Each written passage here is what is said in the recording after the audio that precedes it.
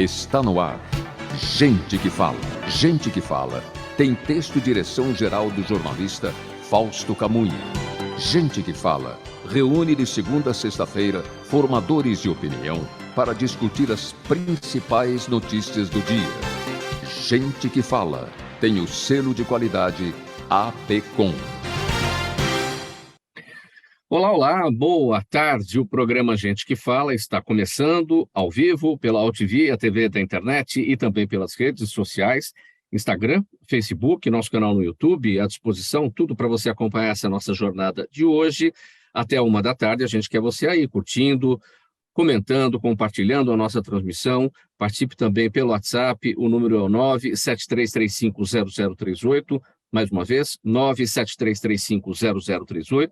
Sua interação é bem legal, bastante importante. Faça perguntas aqui aos nossos entrevistados de hoje. Eu sou o Mauro Friesman, meio-dia em ponto. Eu vou apresentar os nossos convidados desta quarta-feira de cinzas. Você conhece o nosso espaço aqui às quartas-feiras, sempre com os assuntos voltados para a saúde, para o bem-estar e para o comportamento. Então, aqui os nossos especialistas são os seguintes: Dr. Kleber Paiva Duarte, neurocirurgião, especialista em neurocirurgia funcional, estereotaxia e dor. Tudo bem, Dr. Kleber? Bem-vindo, boa tarde. Bem-vindo, muito obrigado. Obrigado pela participação, é uma honra. Obrigado pela presença. Daniele Lanzer, cientista, ativista, ela é idealizadora do projeto social Vibrar com Parkinson. Daniele, boa tarde, como está? Tudo bem? Boa tarde, tudo bem? Você, agradeço aí pela oportunidade de poder falar um pouquinho sobre Parkinson de início jovem e do projeto Vibrar com Parkinson também. Muito obrigada. Obrigado pela presença, Daniele. Também com a gente a doutora Cristiane Vaz de Moraes Pertuzzi, psicoterapeuta e coach, especialista em terapia de EMDR e Brain Spotting. Tudo bem, doutora Cristiane? Bem-vinda mais uma vez. Obrigado pela colaboração com a gente sempre. Obrigada. Prazer estar novamente com vocês. Espero que o sinal esteja bom. Vamos tentar. A gente vai bater um papinho já e a gente vai prestar atenção aqui no seu sinal, como é que está. Gustavo Guida, doutor Gustavo Guida, médico geneticista, consultor em genética, ele é especialista em genética médica humana da DASA Genômica. Tudo bem, doutor Gustavo? Bem-vindo. Tudo bem, boa tarde, obrigado pelo convite, prazer estar com vocês. Pessoal, 12h02, para a gente começar aqui essa edição do programa Gente que Fala de quarta-feira, prestando aqui a nossa solidariedade à população de São Sebastião, a todas as pessoas que vivem naquela localidade, nas cidades próximas, Caraguatatuba, Ubatuba, Bertioga, enfim, todas as cidades atingidas pela forte tempestade, pelas fortes chuvas que causaram destruição e que estão, neste momento, em estado de calamidade pública, né, colocada aí pelo governo do estado de São Paulo. A nossa solidariedade, a nossa força, todas essas pessoas, aquelas que perderam seus parentes, perderam amigos, familiares e que precisam, nesse momento, todo o apoio, seja da parte de saúde, seja da parte do sentido emocional também, e, claro, a parte financeira, a parte econômica, que será fundamental para que as pessoas voltem às suas vidas normais, depois desse trágico desastre que a gente está acompanhando até agora. Vamos falar sobre esse assunto do ponto de vista da saúde. Um hospital de campanha da Marinha funcionará a partir de amanhã lá em São Sebastião para atender as vítimas das fortes chuvas que atingiram o litoral norte nos últimos dias. A chegada do navio Aeródromo Multipropósito Atlântico permitirá reforçar o atendimento e desafogar os hospitais da região. Vejam só, o navio tem uma estrutura de hospital de campanha com 300 leitos, além de hospitais de ortopedia, clínica médica, traumatologia e psiquiatria. Além das vítimas dos deslizamentos, há uma grande preocupação com o alastramento de doenças decorrentes das inundações. Doutora Cristiane, eu destaquei aqui esse trabalho que será prestado pelos profissionais que estarão no navio, no hospital, profissionais de ortopedia, clínica médica, traumatologia, psiquiatria, tudo para ser resolvido ao mesmo tempo, mas acho que a gente precisa, primeiramente, olhar para a questão emocional, para a parte psiquiátrica das pessoas diante das perdas, os jovens, as crianças, olhando toda aquela tragédia, mortes e desmoronamentos, enfim. Como tratar isso no curto prazo para evitar o trauma pós-tragédia?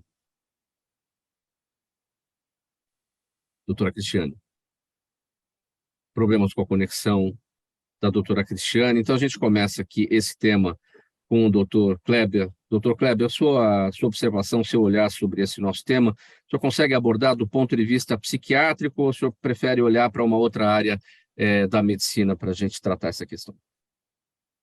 Bom, primeiro, me permita abordar sobre o ponto de vista humano, do ponto de vista de relação. Assim, se a gente for analisar a história, a gente vai ver inúmeras tragédias acontecendo nesta região geográfica, que é a Serra do Mar. São tragédias em Santa Catarina, São Paulo, tragédias no Rio de Janeiro, né? Quantas tragédias nessa região geográfica não tem?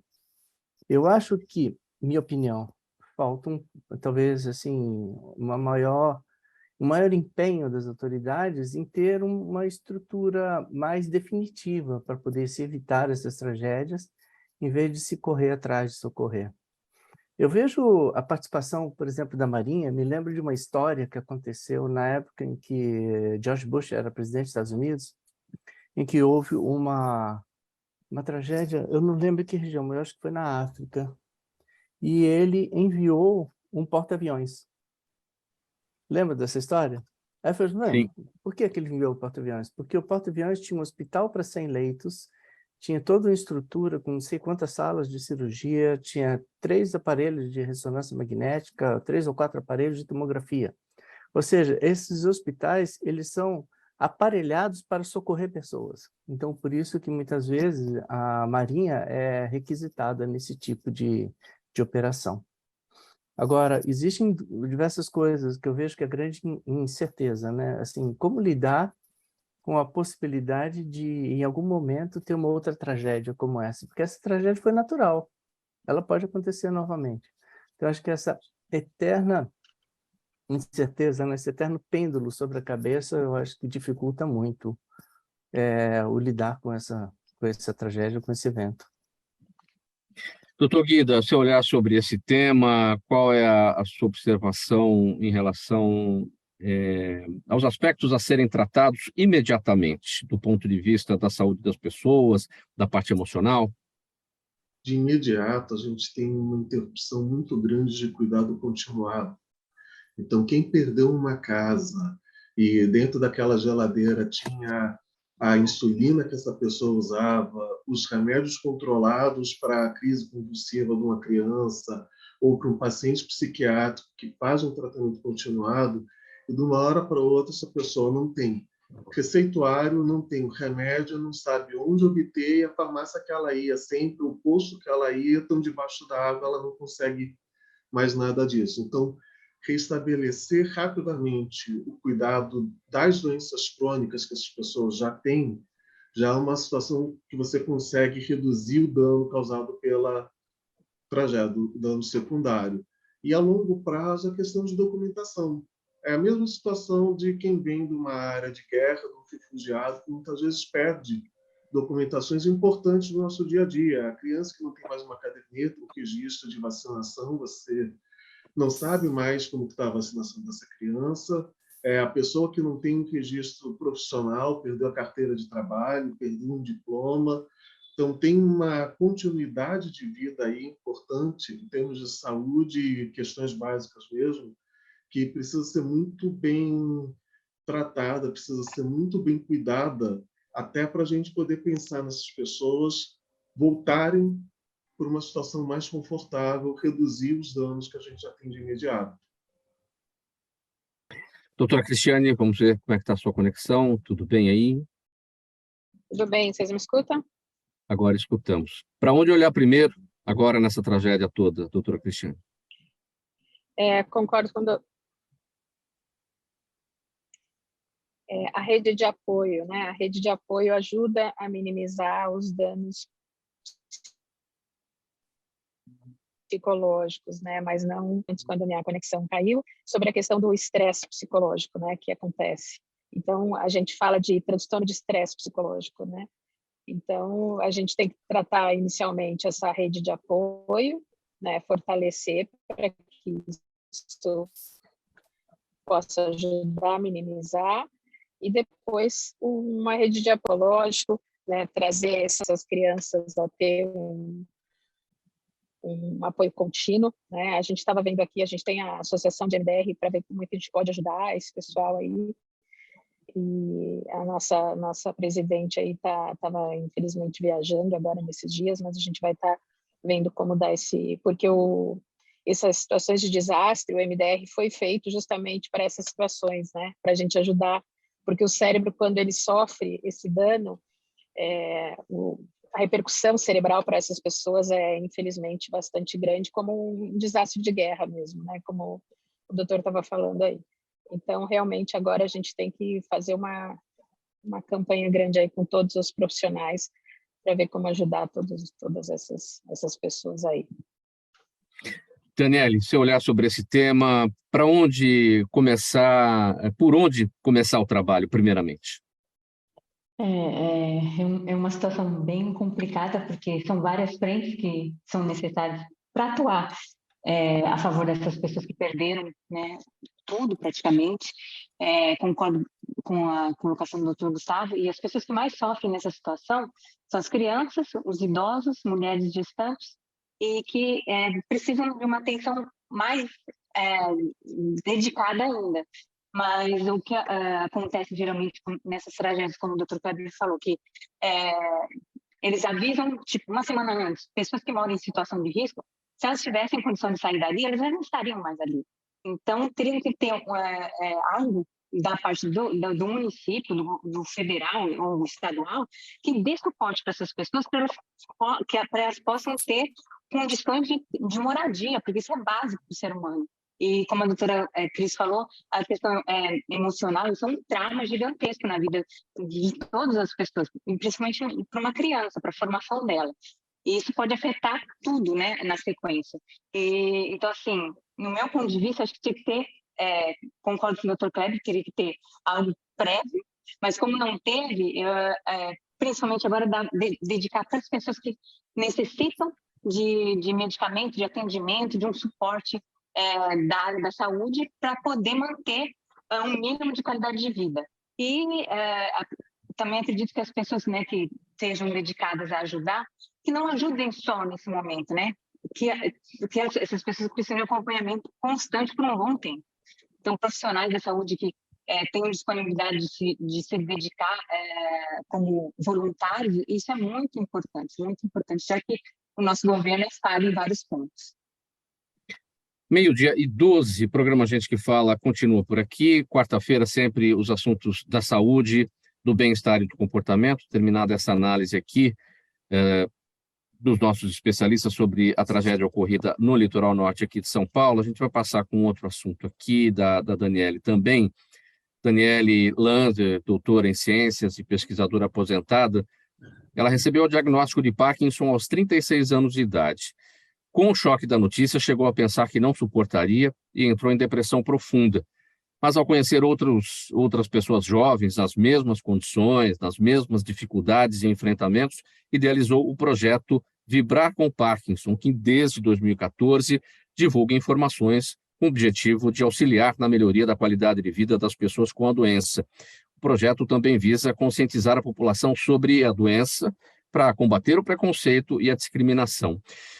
Daniele, doenças degenerativas, né, e o Parkinson se inclui entre elas, as pessoas sabem muito pouco a respeito, na verdade, e daí o preconceito, daí a discriminação. Exatamente, a doença de Parkinson é muito associada a pessoas idosas e ao tremor, né? Isso é quando as pessoas sabem alguma coisa, porque ainda acontece de ser confundida com Alzheimer. Então, a doença já do ponto de vista da doença em si, da patologia, já afeta muito a pessoa, né? Porque acaba mudando completamente a vida desse indivíduo, né? A questão de saúde familiar, laboral, social, né? A tendência ao isolamento, porque a pessoa se sente inferior, diferente, incapaz, porque vai perdendo mesmo essa capacidade de cuidado até pessoal, né? Pela dificuldade motora. E então, assim, essa questão é muito importante, porque se as pessoas souberem o que é a doença, fica mais fácil de diminuir esse processo de discriminação e preconceito, né? Porque às vezes as pessoas olham assim, nossa, ela tá estranha, ou qualquer outra pessoa, né, que tem doença. E recentemente teve um caso em Bauru de um senhor que foi agredido e foi parar na UTI. Ele ficou um mês internado, perdeu a visão, né, de um dos olhos, porque ele estava no ponto de ônibus, ele tem muito tremor, colocou a mão no bolso para tentar controlar esse tremor por vergonha. Tinha uma menina, ela viu e achou que ele estava cometendo um ato ilícito, obsceno. E aí chamou o pai, o irmão, e foram lá e agrediram esse senhor. Na verdade, ele estava com tremor decorrente do parto e colocou a mão no bolso. Foi isso que tentou controle. Então, assim, se houvesse um mínimo de conscientização para essas pessoas, essa agressão poderia ter sido evitada, né? Quer dizer, no caso, assim, não deveria ter acontecido, mas não teria essa confusão toda, esse problema todo e essa agressão pessoal de 71 anos. Isso é muito triste. Esse é apenas um exemplo, provavelmente muitos outros casos ocorrem e já ocorreram, né, em razão da falta de informação a respeito da doença de Parkinson. E aqui é o nosso objetivo, nossa proposta de trazer informação, ajudar na formação de opinião da nossa audiência e para entender como é que foi esse trajeto seu, Daniele, do diagnóstico do Parkinson aos 36 anos de idade até a elaboração desse projeto Vibrar com o Parkinson? Como é que foi? Então, eu comecei os sintomas motores quando eu tinha de 29 para 30 anos. Já tinha alguns sinais não motores que a doença também pode ocasionar, né? Só que a gente acaba só sabendo, descobrindo isso depois do diagnóstico. Então, eu comecei com leve tremor na mão esquerda, e pegou o braço, aí foi pegando todo o corpo, lentidão. Então, são 4 sintomas principais, que acho que o Dr. Kleber vai falar isso depois. E aí eu fui procurando médicos, né, fazendo exames, mais exames. A doença de Parkinson na época, assim, não tinha nada que determinasse por exame, então, assim, por exclusão. Eu fazia exame, não dava nada alterado, por falta de informação desses médicos que eu acabei que eu passei por consulta, recebi diagnóstico errado pela minha idade, então recebi diagnóstico de tremor essencial, possibilidade de doença de Wilson, depressão, que realmente eu estava em depressão, mas era secundário a doença. E aí, com os 36 anos, eu já estava tomada de sintomas, a doença tinha evoluído muito, eu fui diagnosticada. E aí, na época, eu achava que, assim, eu já sabia que eu tinha um problema sério e estava torcendo para que desse alguma alteração nos meus exames. A minha mãe até chegou e falou assim, você quer estar doente? Eu falei, não quero, eu estou, mas eu preciso saber, se não descobrir, se não der nada alterado, como é que eu vou saber o que eu tenho para poder tratar? Aí até que veio o diagnóstico, né, foi confirmado através de um especialista em distúrbios do movimento, da área de neurologia, e aí entrei em depressão profunda, fiquei 2 anos e meio que eu chorava praticamente o tempo todo, não conseguia falar a palavra né, de Parkinson, que eu começava a chorar. E aí, conhecendo outras pessoas, né, aí, com o tempo, pela minha área de atuação, né, que eu conheço muitos profissionais da área de saúde, vendo o tanto de pesquisa que tem fora do país, e na época eram poucas informações que eram disponibilizadas na internet.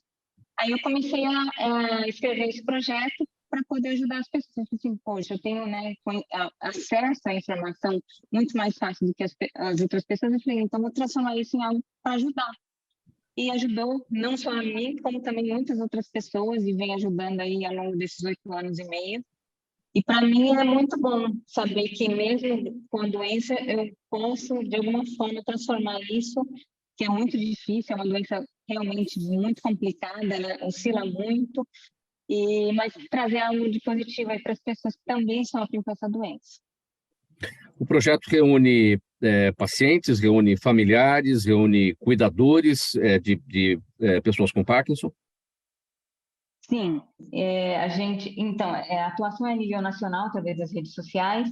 No mês de abril, que é o mês dedicado à conscientização da doença, a gente geralmente faz, né? Todos os anos fazemos algumas atividades, né? Para oferecer para essas pessoas. Nos 2 últimos anos, não, 3, né? 2020, 2021 e 2022, por causa da Covid, não foi possível, mas esse ano a gente vai já estar elaborando aí alguns eventos para poder trazer mais informação e ajudar realmente essas pessoas, porque quando você tem informação fica muito mais fácil de lidar com a doença, já que ela é extremamente complexa e o gerenciamento é bem complicado. Já já a gente vai entender, Daniele, com o Dr. Kleber, como é que a doença se manifesta, mas como é que, enfim, foi uma notícia muito, muito ruim para você receber aos 36 anos de idade o diagnóstico de Parkinson, mas o que é que leva o Parkinson a se manifestar num paciente jovem? Que informações você pode passar para a gente? Então, geralmente, os médicos associam a alguma alteração genética. Existem já descritos na literatura alguns genes envolvidos para o desenvolvimento da doença, que no caso, eu cheguei a fazer, mas não identificou, né, não deu alteração em nenhum deles, mas até então, assim, podem existir outros, né? Mas o gatilho, no caso, geralmente está associado a um trauma. Então, eu sofri um trauma na época, né, quando eu tinha 29 para 30 anos, e aí foi quando comecei a sentir esses sintomas. E falando com várias pessoas que também têm Parkinson, elas associam uma perda, enfim, algo que causou um trauma, foi um evento traumatizante para essa pessoa, para esse indivíduo. E aí, assim, começou. Eu acredito que muitas pessoas também passem por isso, né, desse trauma e mais a tendência também que a pessoa possa ter para desenvolver essa doença. Dentro do projeto, como é que funciona a troca de informações? A gente faz lives, né, em redes sociais, no Instagram, principalmente. Disponibiliza também no YouTube muito conteúdo. Estamos sempre alimentando o Instagram, temos o site e esses eventos, né, no mês de abril, que a gente sempre faz, tem grupos de WhatsApp também. A gente está em parceria com outro grupo, que é o Parkinson Online, para poder auxiliar essas pessoas, porque muita gente tem essa questão emocional muito forte, né, porque realmente abala. É uma doença que, assim, eu falo que não é simplesmente aceitar, você tem que se adaptar. E é algo que tem que ser todo dia, porque geralmente, como a doença ela progride, então sempre tem um sintoma novo, sempre pode acontecer algo diferente, então você tem que ter um apoio, um suporte emocional muito importante para você dar conta de lidar com tantas mudanças, tanto na sua vida familiar, pessoal, de saúde, como social. Sim. Agora a gente vai entender aqui no programa Gente que Fala, 12h22, sobre o trabalho dos cientistas que mapeiam os primeiros sintomas do Parkinson, olha, o Parkinson afeta cerca de 10 milhões de pessoas no mundo e não tem cura, mas o diagnóstico precoce aumenta a capacidade do tratamento e controle da doença. Embora o Parkinson seja mais associado aos sintomas motores, cientistas da Universidade de Tecnologia de Kaunas e da Universidade de Ciências da Saúde da Lituânia decidiram investigar quais são os primeiros sinais indicativos de suspeita da doença. Segundo o estudo, as cordas vocais, o diafragma e os pulmões são os primeiros órgãos afetados e, por isso, alterações sutis na fala podem ocorrer antes dos tremores nos membros. Dr. Kleber, então, justamente por o Parkinson afetar as cordas vocais, o diafragma, o músculo do aparelho respiratório, uma voz trêmula já pode ser um primeiro sinal? Eu até gostaria que fosse só isso. Na realidade, as manifestações precoces podem acontecer até décadas antes de surgir os primeiros sintomas dito motores. Por quê? Porque existe uma questão que seria o surgimento da doença e dos processos assim, inflamatórios que desencadeiam a doença, do surgimento dos sintomas, inclusive os chamados não motores. Sintomas não motores são aqueles sintomas que não envolvem o tremor, a rigidez, a lentificação dos movimentos, alterações posturais. Então, alterações do trato gastrointestinal sutis, muitas vezes no começo, alterações do padrão do ritmo de sono, alterações no timbre e entonação vocal, que muitas vezes pode ser confundido com um resfriado, com uma irritação de garganta, uma vez que essas alterações no começo são flutuantes, são muito mais precoces do que se imagina. E, às vezes, temos, assim, investigando, né, por exemplo, no Hospital das Clínicas, que é o hospital público onde eu trabalho, investigando pessoas com queixas sutis como essa, eles relatam esses queixos mais de 20 anos antes do surgimento das alterações que chamam a atenção para o Parkinson. Então, o que acontece? Essas pessoas ou não estão em nenhum consultório, sob nenhuma investigação, ou então circulam por diversos consultórios. Uma coisa muito interessante, alterações do humor. Alterações, assim, circunscritas, episódicas do humor, que muitas vezes pode ser entendidas como uma espécie de algum evento, algum surto de depressão, algum surto de transtorno de obsessividade, são manifestações muito precoces da doença de Parkinson. Porque antes de surgir a destruição daquelas células nervosas que desencadeiam os sintomas principais da doença, elas já são acometidas. E tem um detalhe, esse desencadear desse processo inflamatório não é restrito a essas células nervosas que estão no cérebro. Começam, muitas vezes, em células que estão na salivação, que estão na boca, que estão na faringe, que estão na garganta, que estão no intestino. Então, muito antes de se ter qualquer alteração cerebral, você tem alteração em várias partes do organismo. Por isso que é complexo isso. E esse estudo ele é a tendência atual de se estudar o que pode ser feito para diagnosticar muito antes de se surgirem os sintomas e conseguir se intervir e ver se barra esse processo nesse momento. É bem complexo mesmo, doutor Kleber, porque, como o senhor destacou, 20 anos com sintomas que aparentemente não têm a ver com a doença, então é difícil de fazer esse tipo de relação. Quer dizer, a pessoa pode até ir no médico, mas o médico ali pode não ter esse entendimento. Só o neurologista, que é o médico da área, que pode ter um olhar específico ali, né?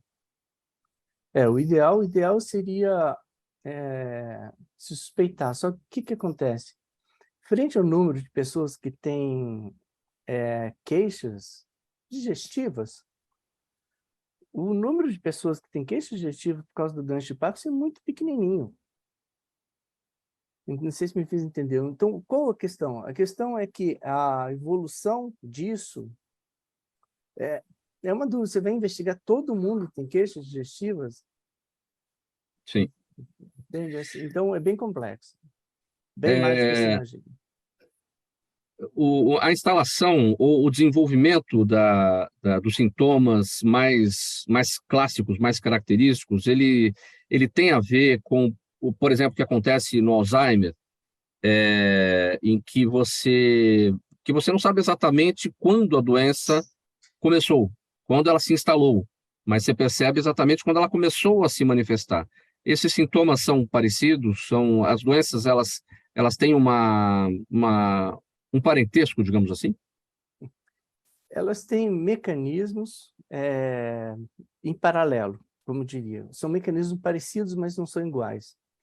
Porque a intoxicação das células nervosas provocada por uma determinada proteína que causa a doença de Parkinson não é a proteína que causa a doença de Alzheimer. Mas são doenças por acúmulo de efeitos tóxicos, agressão imunológica, em pessoas que têm uma alteração genética que predispõe a isso. Acontece o seguinte, um estudo falando sobre Alzheimer, um estudo recente mostrou que o declínio cognitivo de memória, de percepção, de lucidez, só 41% das pessoas que têm declínio cognitivo depois de 65 anos de idade, esse declínio é causado por demência. Existem outros processos de envelhecimento que não a demência, que causam esse declínio cognitivo. Então, mesmo a doença de Alzheimer tem essa dificuldade com relação ao diagnóstico. A doença de Parkinson, ela tem outra peculiaridade, porque ela é vista inicialmente como uma doença motora. Mas esse foi um dos erros, e não se vê a doença de Parkinson como uma doença sistêmica, que acomete todo o organismo. Agora, quando a pessoa é mais jovem, vamos pegar aqui o exemplo da Daniele, os sintomas como esse tremor das cordas vocais, o diafragma, esses que não são tão clássicos, não são tão fáceis de observação. No jovem é mais fácil de suspeitar de que esse pode ser de fato esses podem ser de fato os primeiros sintomas? Existe um detalhe, quando você tem uma doença que se associa à idade, é fácil você, quando tem uma pessoa que chega à frente de você e tem aquela idade na qual a doença é mais frequente, é fácil você chegar, nossa, essa pessoa está tremendo, nossa, o movimento está lentificado, a postura para caminhar está alterada. Quando a pessoa foge do que é dito a idade mais frequente, fica mais difícil. Só que tem um detalhe, tem uma coisa que eu acho importante, você tem que examinar a pessoa, ver a queixa da pessoa, e não a idade com que iniciou. Para ter uma ideia, nós tivemos a oportunidade de tratar uma moça aos 28 anos. Entende que ela começou os sintomas dela de Parkinson durante o período de gravidez da filha dela, e assim, esse início dos sintomas foi um início com um tremor e uma lentificação dos movimentos que foi associado à deficiência de vitaminas, tal, não sei o quê. Só que a obstetra dela falou o seguinte, olha, estou achando muito estranho, esse teu tremor, você não quer consultar um neurologista? Aí ela procurou um neurologista atento, que investigou, não, você tem Parkinson. Inclusive, muitos dos quadros de depressão, como a Dani citou, pessoas com Parkinson, quando tratam o Parkinson, melhoram a depressão, sem precisar tomar antidepressivo.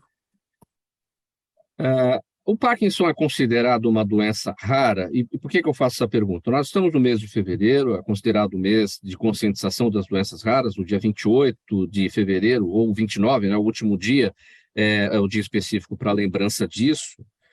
E a minha pergunta, se é uma doença rara ou não, porque a gente, no caso das doenças raras, não vê muita velocidade no desenvolvimento de tratamento, no desenvolvimento de remédios, justamente porque são doenças raras, os laboratórios olham, né, não tem tanta gente assim, né? Enfim, a ser tratada, infelizmente o olhar é esse, então surge essa preocupação, que talvez o olhar para isso tudo poderia ser melhor e não tem sido em razão da doença rara. É uma doença rara, não? O Parkinson não é uma doença rara. Porque 10 milhões de pessoas no mundo com a doença? Ela não é uma doença rara. Ela é a segunda maior doença degenerativa em pessoas acima dos 60 anos de idade.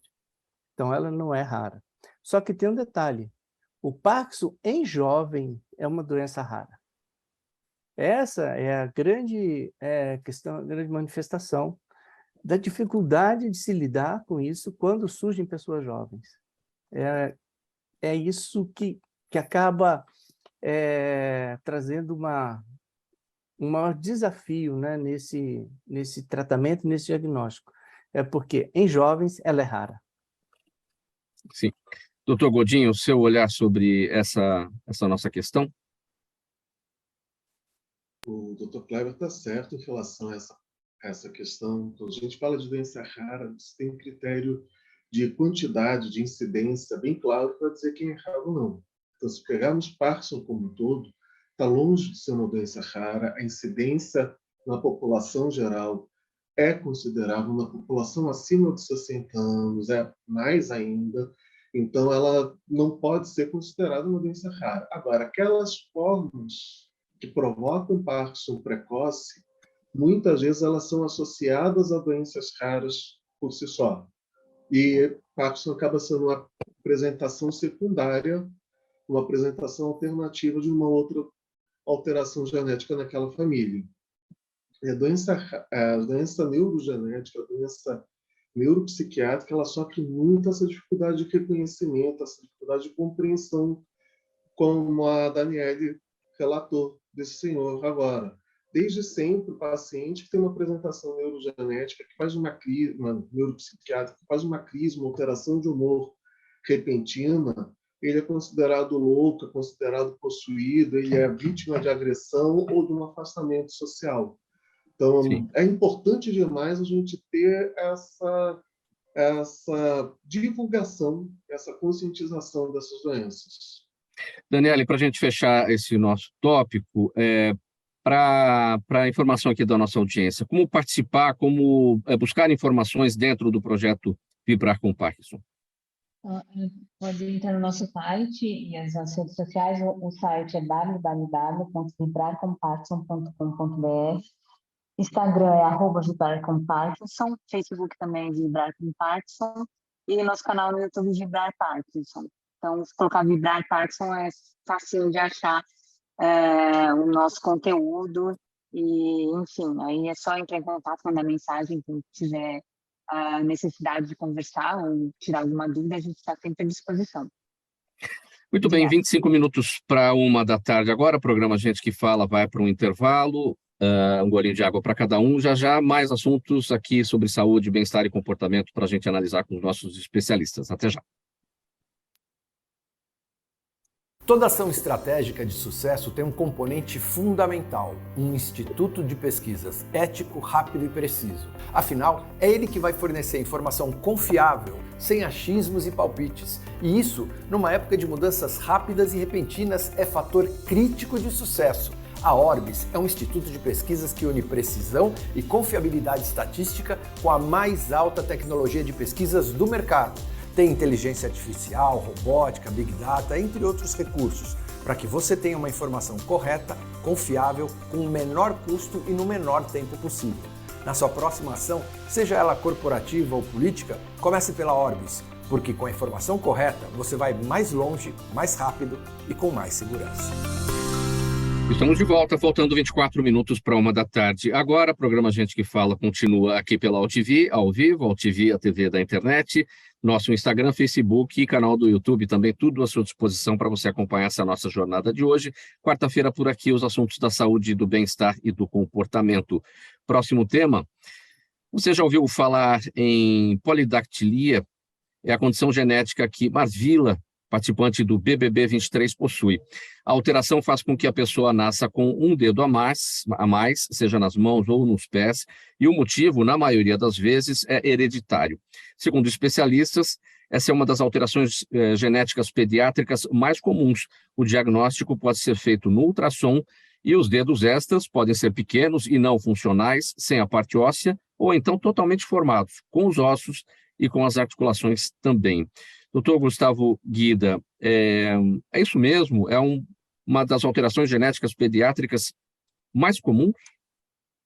Sim, é um dos efeitos congênitos mais frequentes. O Brasil participa de uma rede de vigilância de malformações e a polidactilia é um daqueles 10 mais que a gente sabe que é frequente na população e muitas vezes isolado. Ela é frequente porque você pode ter uma família com várias pessoas nascendo com polidactilia saudáveis e isso continuar transmitindo para as próximas gerações. O grande receio da polidactilia não são as formas em que ela representa só uma variação, que a pessoa é saudável tem um dedo extra funcional, ou tem um dedo que é não funcional, muito pequenininho, muitas vezes já é retirado ainda na infância, ou ele é deixado no cruzar e tem uma queda. Mas sim o diagnóstico da polidactilia durante a gravidez, quando não tem caso na família. Ele pode ser um sinal de alerta importante para algumas doenças malformativas graves. Agora, eu destaquei aqui na nossa nota, doutor Gustavo, o motivo, na maioria das vezes, é hereditário. Quando não é hereditário, qual é o motivo? Então, a diferença do genético para o hereditário é que nem tudo que me acontece geneticamente eu herdei.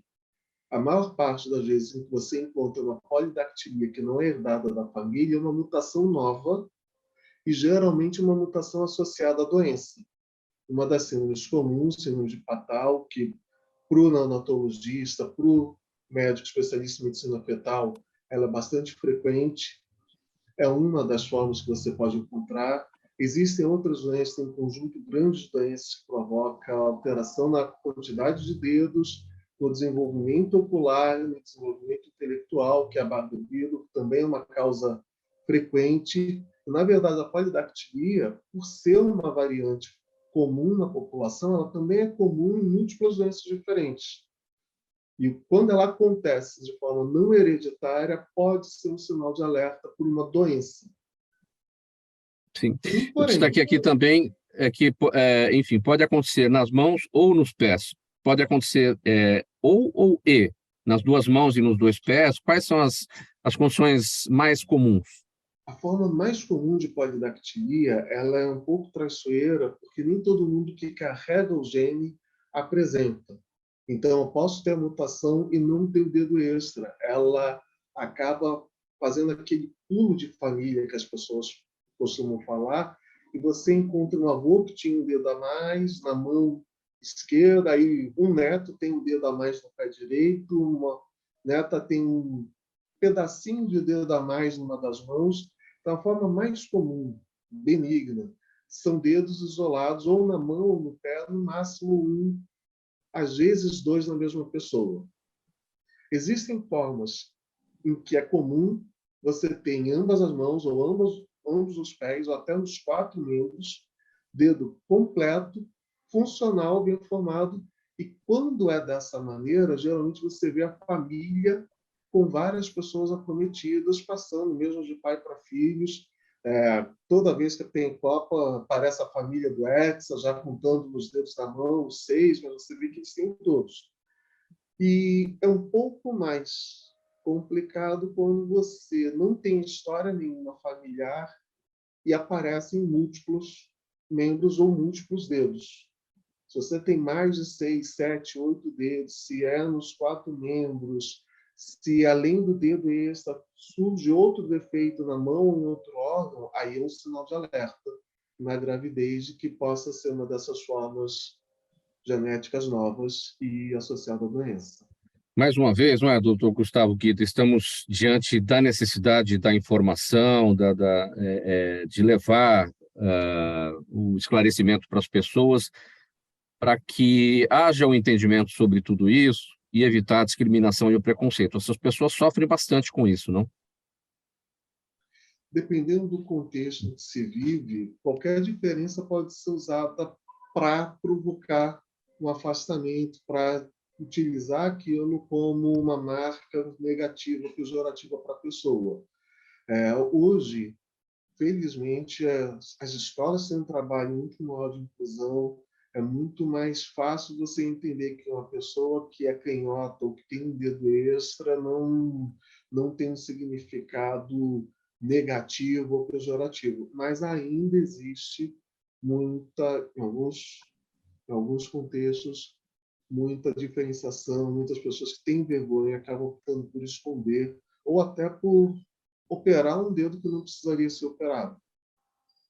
Sim. Já que você tocou no assunto, a cirurgia, quando que ela é indicada? Quando os dedos não são funcionados, ou seja, não tem a parte óssea, não estão totalmente formados? Um dedo que não é funcional, a melhor opção seria a cirurgia. Acaba que sempre é uma opção da família ou do paciente quando isso não é feito na infância.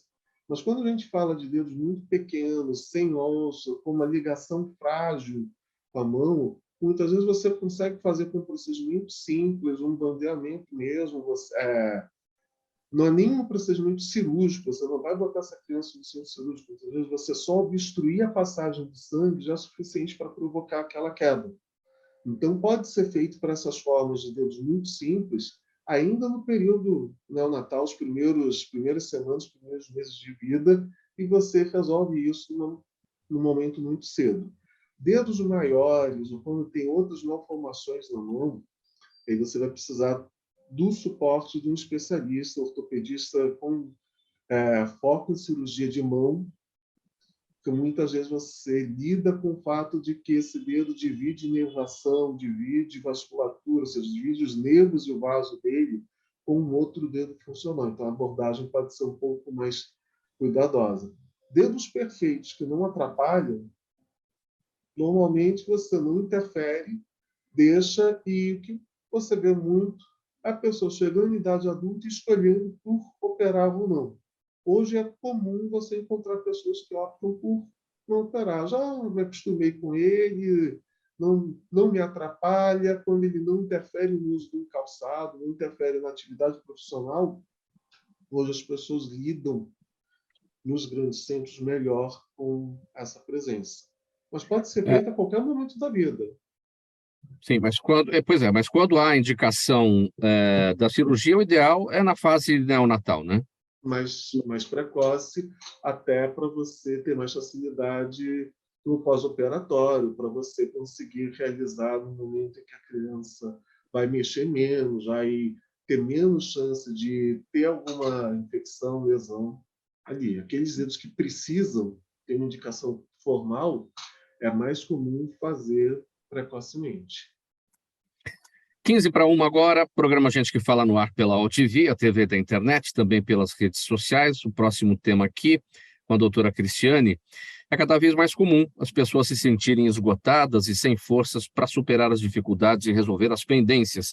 Segundo especialistas, é importante exercer, de tempos em tempos, uma espécie de renovação mental.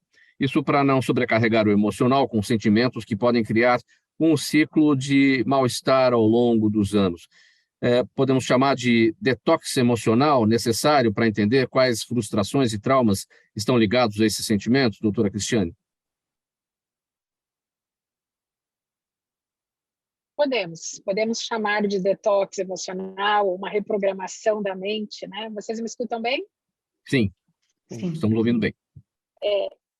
Na verdade, a nossa mente, né, ela o tempo todo, ela funciona de uma forma automática, né, e geralmente mais para o negativo. Por quê? Porque isso tem a ver com a forma... Problemas com a sua conexão, doutora Cristiane. Programa para se proteger. Então, de tempos em tempos, a gente deveria estar... Consegue ouvir? Está bem prejudicado o seu áudio. A conexão tá... Vocês não me escutam. Isso. Pode seguir, doutora. Deixa eu ver se eu tirar minha câmera, vocês me escutam melhor? Eu acho que quando eu estou falando, eu acho que o sinal está ficando ruim. Agora vocês me escutam melhor? Sim, estamos ouvindo. Pode seguir. Pode seguir, doutora. Ok. Então, eu vou falar sem a minha câmera, que eu acho que está melhor o sinal. Então, eu estava comentando que a nossa mente, ela geralmente vai para o negativo, né?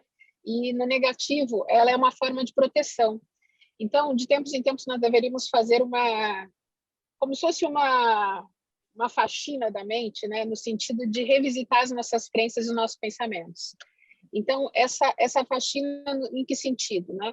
No sentido de entender que a nossa mente, ela vai sempre no sentido de dizer o quê? De que a gente não é capaz, de que as coisas não vão dar certo, né? E isso não é verdade. Então, o nosso pensamento, ele precisa ser, de uma certa forma, buscar um caminho de encontrar um sentido assim. Vamos viver um dia de cada vez. Vamos procurar manter o nosso pensamento positivo, vamos buscar organizar a nossa mente no sentido... Vocês me escutam, gente? Estamos ouvindo. Pode seguir, doutora. Tá, porque eu não tô ouvindo o barulho de vocês. Então, a nossa reprogramação, esse detox, ele tem que ser no sentido de quê? Reprogramar as nossas crenças, tá? Então, o que eu busco dizer sempre para os meus clientes, assim, vamos se concentrar um dia de cada vez, vamos praticar a nossa atenção plena, vamos buscar fazer a nossa higiene do sono, vamos procurar organizar a nossa alimentação. Isso tudo ajuda a nossa saúde física e mental viver, vamos dizer assim, o nosso corpo físico e biológico estar melhor. Me escutam? Sim, estamos ouvindo, pode seguir. Tá? Então, agora, nesse sentido... É uma tarefa difícil, complexa, né? Você visitar o passado, revisitar o passado para buscar lá a razão dos traumas e trabalhar no presente para chegar num futuro mais razoável. Sim, porque, na verdade, isso tudo vamos dizer assim, a gente vive num mundo muito acelerado, nosso cérebro é muito acelerado e ele procura, de uma certa forma, sempre estar, vamos dizer assim, nos protegendo e fazendo a gente acreditar que aquilo que a gente pensa é verdade, né? Por isso que buscar trabalho de autoconhecimento, de autodesenvolvimento é uma coisa cada vez mais presente no nosso dia a dia. Eu falo que a pandemia nos ajudou um pouco isso. Quando a gente desacelerou e a pandemia nos mostrou que viver um pouco mais aquietado começou a fazer sentido, isso tem mostrado para as pessoas que isso é possível, né? Existem algumas técnicas, né, de respiração, exercícios de mindfulness que têm mostrado para as pessoas que esse pode ser um caminho, né? Então, muitas pessoas que têm mito de buscar terapia e buscar trabalhos de autodesenvolvimento têm encontrado no trabalho de yoga e nessas outras técnicas uma forma de perceber que o corpo e a mente podem encontrar esse caminho. Doutora Cristiane, por que os pensamentos negativos povoam tanto aqui as mentes de todos nós, mais do que os pensamentos positivos? E essa dificuldade de você fazer aquele bloqueio e falar, não quero pensar nisso, vou pensar em outra coisa. Por que isso acontece? Porque o nosso cérebro ele tem 3 instâncias, e a instância mais primitiva do cérebro é um cérebro reptiliano, é um cérebro de defesa, né? Um cérebro animal. E ele tenta nos proteger, ele tenta se defender. Então, toda a experiência negativa ela é armazenada de uma forma maior do que a experiência positiva. Tanto é que nas técnicas que a gente utiliza em consultório, eu falo para os clientes, vamos fazer uma instalação no cérebro da experiência positiva, porque a negativa ela já se armazena mais rapidamente como uma forma de proteção. E o cérebro é um cérebro econômico. Geralmente, quando ele registra uma experiência, ele registra aquela experiência e ele tenta generalizar aquela experiência. Então, por exemplo, se uma coisa foi ruim, se eu fui no parque e aquela experiência foi ruim, ele diz assim, então deixa eu pensar que aquele parque é ruim, eu vou, de uma certa forma, me proteger daquilo, então eu não vou mais lá, né? E aquilo vira uma verdade para o cérebro, né? Por isso que as fobias, por isso que outras coisas acontecem com o cérebro, né? Resumindo, né? Que a gente não tem muito tempo, mas... então, é isso que a gente começa a mostrar para o cliente, ensinar nas sessões, e ajuda o cliente, de uma certa forma, a começar a entender e a lidar com aquilo, né? E o cérebro fica mais funcional e o cliente começa a conseguir a lidar com os seus medos, com as suas fobias, enfim, e a ter uma mente mais saudável. Então, o cérebro, a mente, está sempre em estado de alerta, em estado de defesa, porque numa situação ruim, ele já vai agir para te dar o caminho para você, a partir daquele medo que você está sentindo, saber se defender.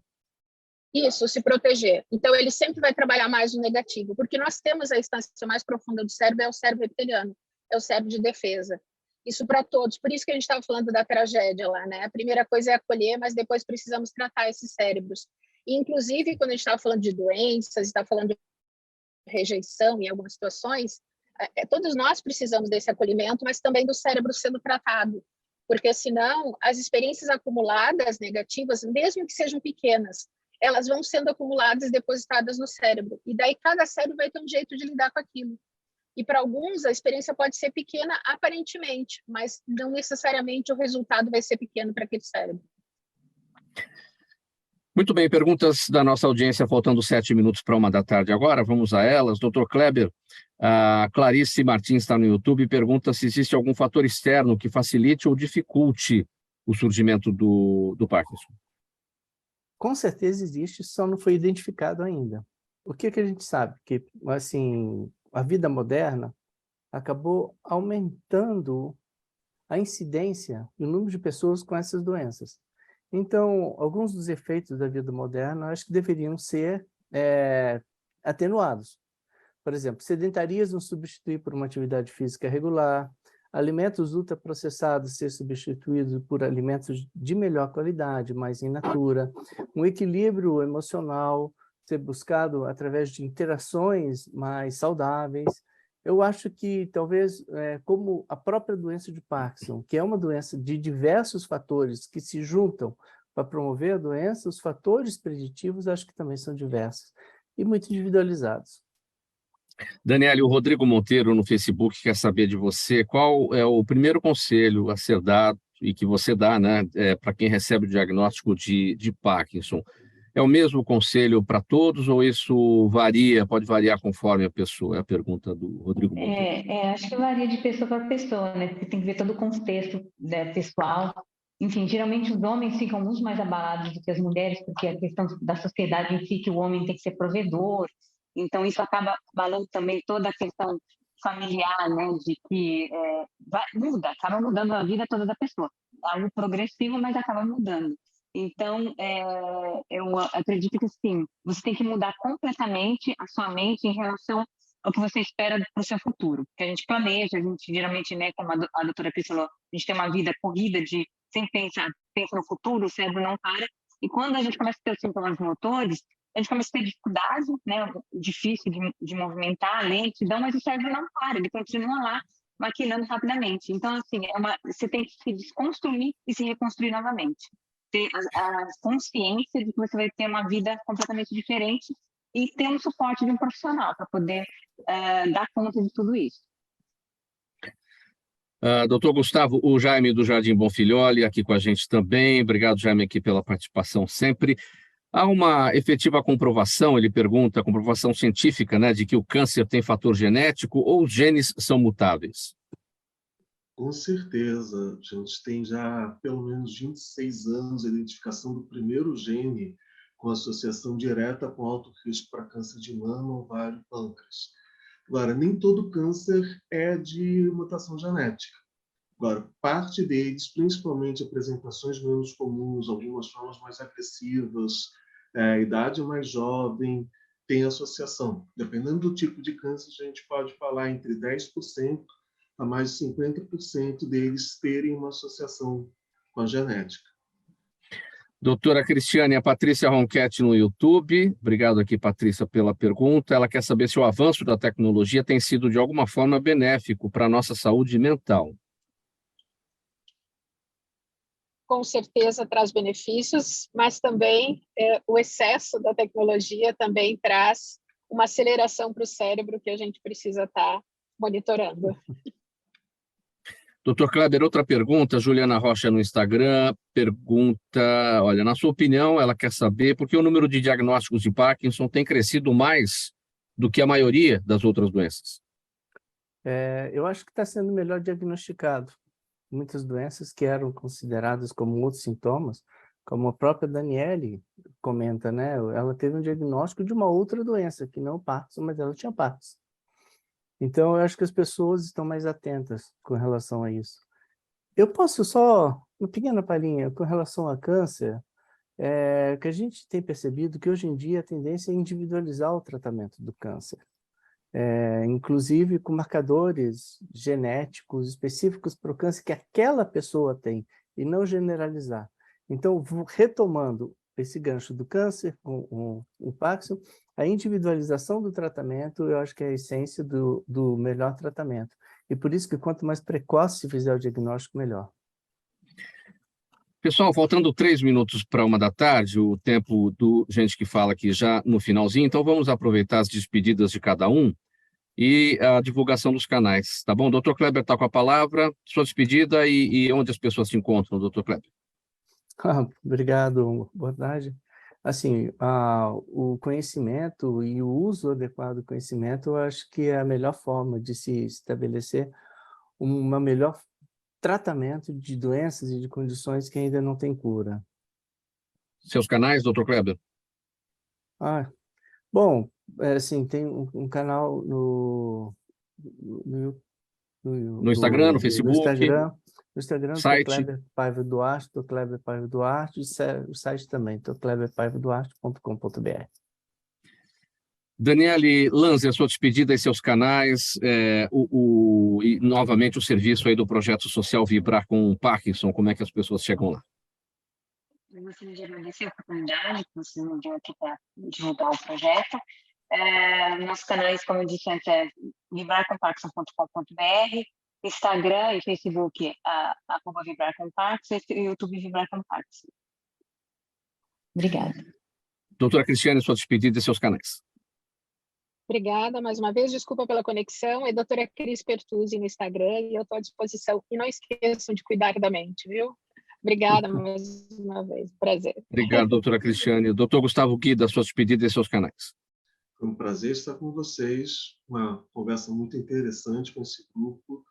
E canal, na verdade, eu não uso canal pessoal, mas os eventos da Azeduca, da Genômica e os cursos, além dos locais em que me convidam, vocês podem sempre encontrar.